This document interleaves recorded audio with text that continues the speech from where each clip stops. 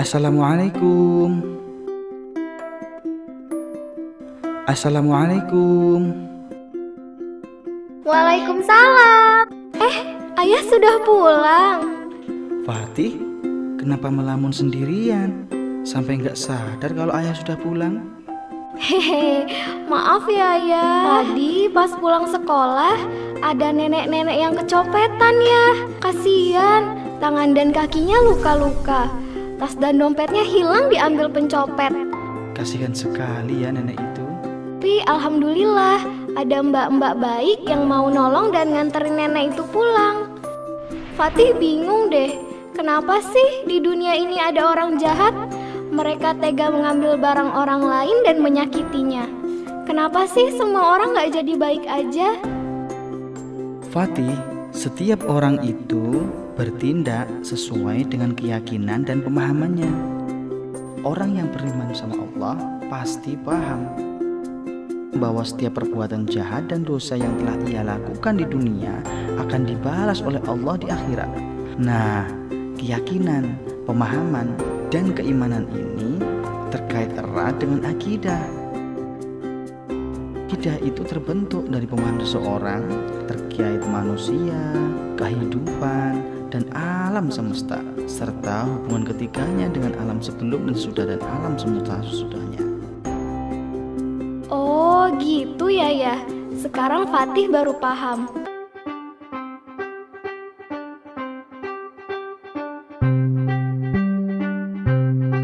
Kita akan membahas tentang ibadah dan juga klasifikasi ibadah. Sebelumnya ada yang tahu apa itu ibadah? Tahu kak, tapi nggak bisa ngejelasinnya. Nggak apa-apa. Semoga setelah pulang dari mentoring hari ini, kita semua mampu memahami apa itu ibadah dan bisa menjelaskannya kepada yang lain juga ya. Baik, jadi pengertian ibadah adalah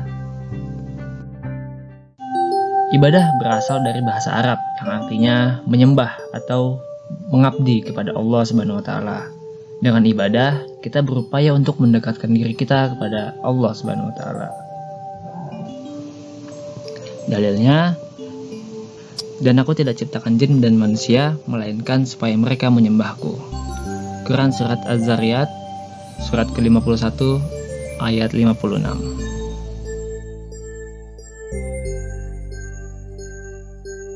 Para ulama terdahulu mengklasifikasikan ibadah ke dalam dua jenis, yakni ibadah mahdhah dan ibadah ghairu mahdhah.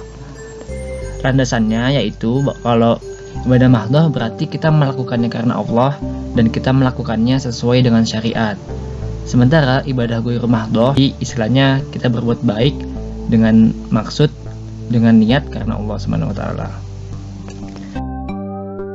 Kemudian ibadah mahdhah itu merupakan ibadah yang sifatnya khusus, yang mana telah diwajibkan oleh Allah dan telah turun perintahnya melalui Nabi Muhammad SAW.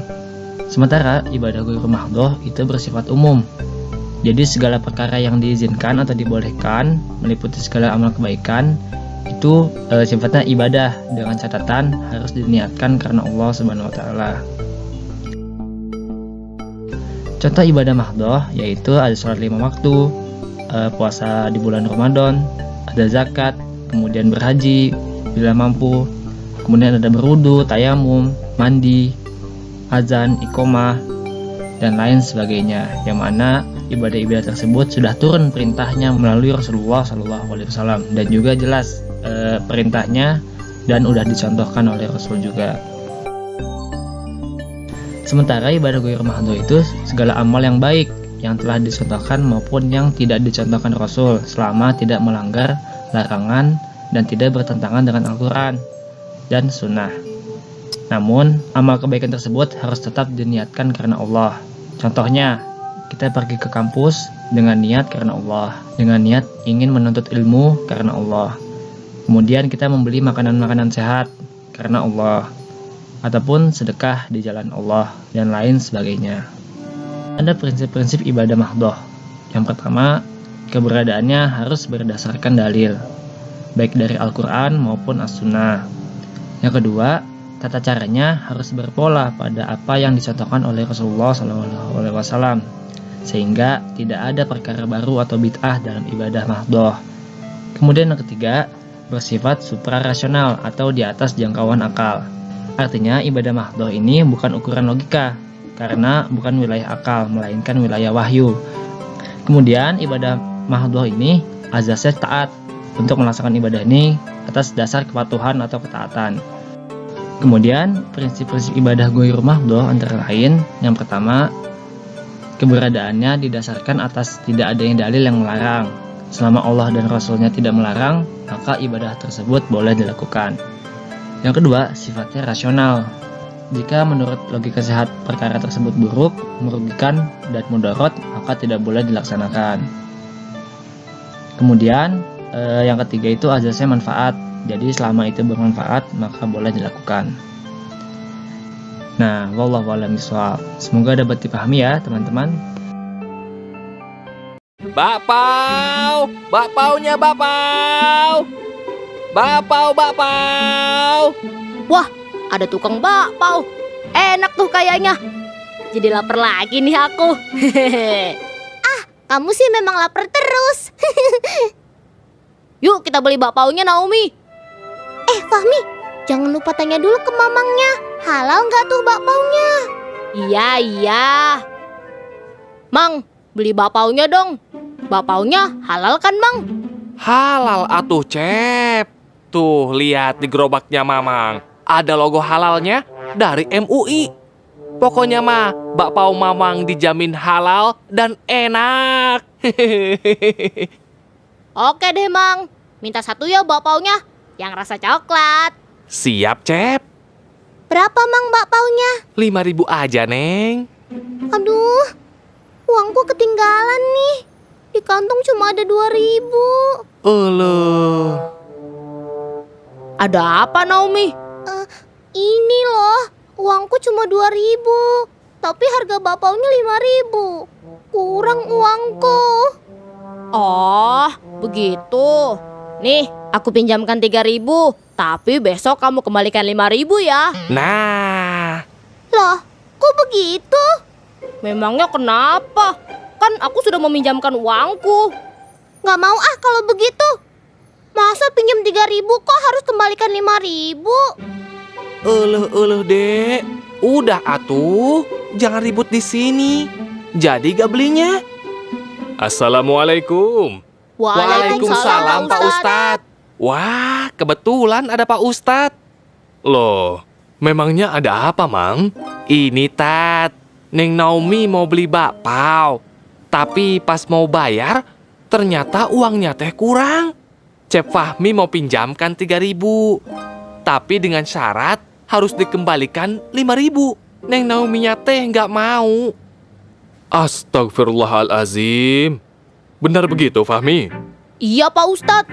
Kan lumayan, Fahmi bisa untung. Hehe. Aduh, Fahmi. Tidak boleh seperti itu. Jika kita meminjamkan uang sebesar 3.000, maka yang harus kita terima kembali adalah 3.000. Tidak kurang dan tidak lebih. Tuh, Fahmi, tidak boleh seperti itu tahu. Loh, memangnya kenapa, Pak Ustadz? Apabila hutang 3.000 dikembalikan 5.000, maka tambahan 2.000 itu disebut riba. Dalam agama kita, riba itu merupakan hal yang sangat dibenci oleh Allah Subhanahu wa Ta'ala. Waduh, berarti apa yang Fahmi lakukan tadi harus dihindari ya, Pak Ustadz? Betul. Orang yang berhutang berarti dia sedang membutuhkan bantuan kita. Karena itu, kita tidak boleh memberatkannya dengan hutang yang ditambah jumlahnya. Nanti Allah bisa tidak cinta lagi terhadap kita. Astagfirullahaladzim. Hampir saja Allah marah sama Fahmi. Kalau begitu, ini uangnya Naomi. Kamu tidak usah kembalikan. Wah, beneran nih. Nah, kalau itu namanya sedekah. Allah Subhanahu wa Ta'ala sangat suka dengan orang yang bersedekah. Hehe, Fahmi gitulah. Ya udah, makasih ya Fahmi. Tapi nanti aku tetap kembaliin uang kamu. Karena aku kan cuma pinjam. Nah, biar lebih disukai Allah, gimana kalau Cep Fahmi beli lagi bakpaonya 5? Enak aja.